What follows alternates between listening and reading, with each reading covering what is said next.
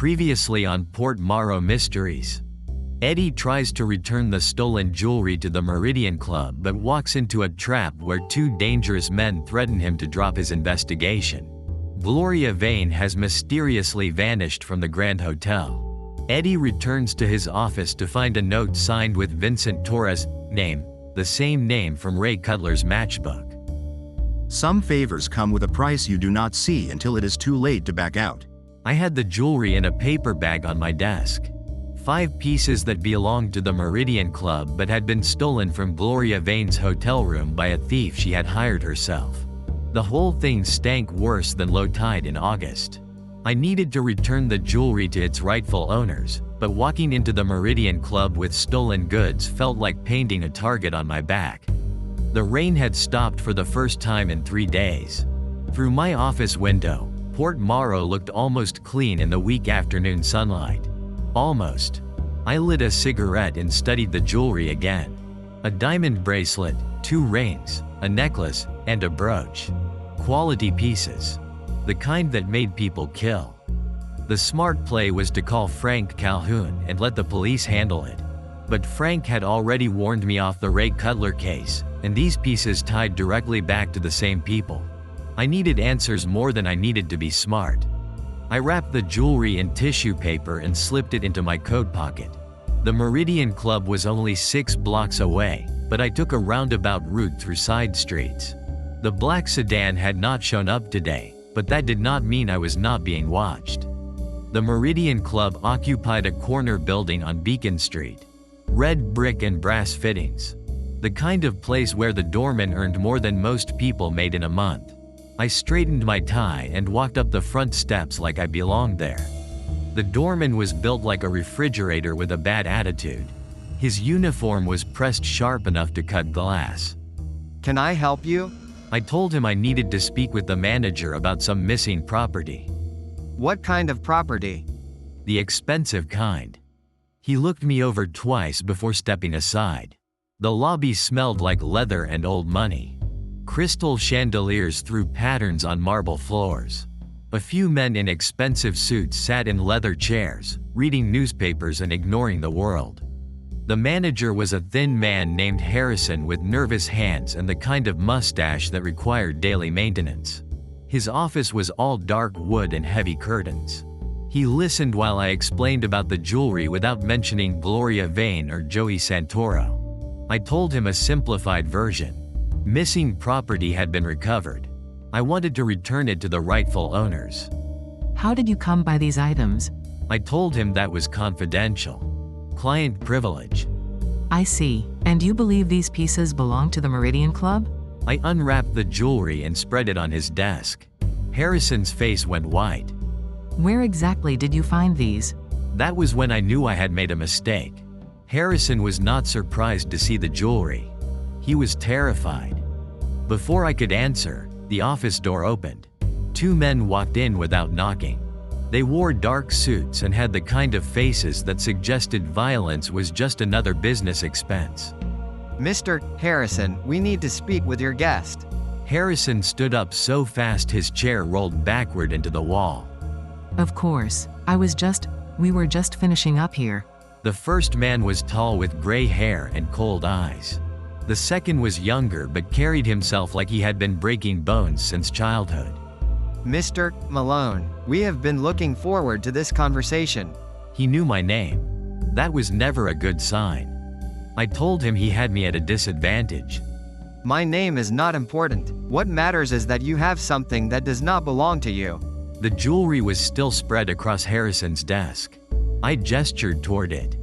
I was trying to return it. Seems like the decent thing to do.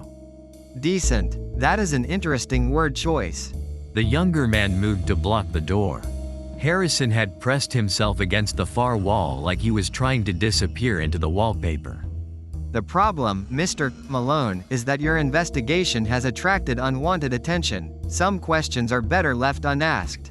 I told him I was just a private investigator trying to return stolen property.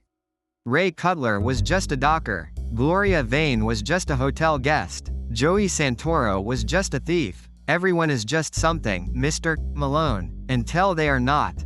The threat hung in the air like cigarette smoke. I had walked into something much bigger than a jewelry theft. Ray Cutler had died because he had gotten too close to whatever this was. Now I was standing in the same spot. I reached for the jewelry, but the younger man grabbed my wrist. His grip felt like a steel trap. Leave it. The first man walked around the desk and picked up the diamond bracelet. He held it up to the light from the window. Beautiful piece, worth more than you make in a year, but its real value is not in the diamonds. He was talking about information. The jewelry was connected to something else. Something worth killing for. You are going to walk out of here and forget you ever saw these pieces. You are going to close the Ray Cutler case and find a new line of work. Port Morrow has enough private investigators. I told him that sounded like a threat. It is advice, the kind you should take.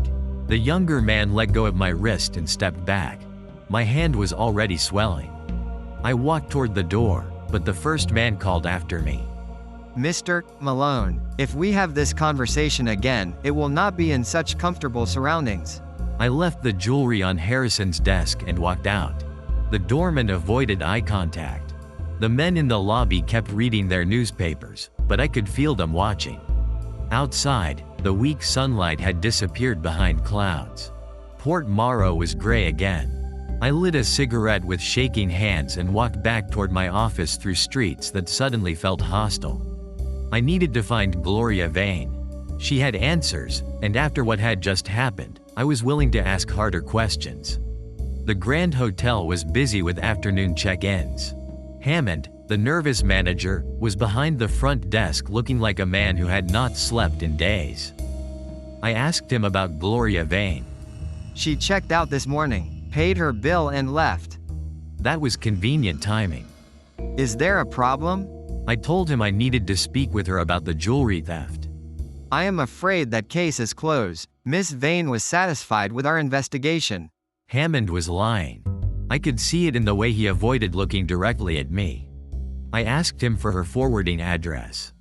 We do not have one. She paid in cash and did not leave contact information.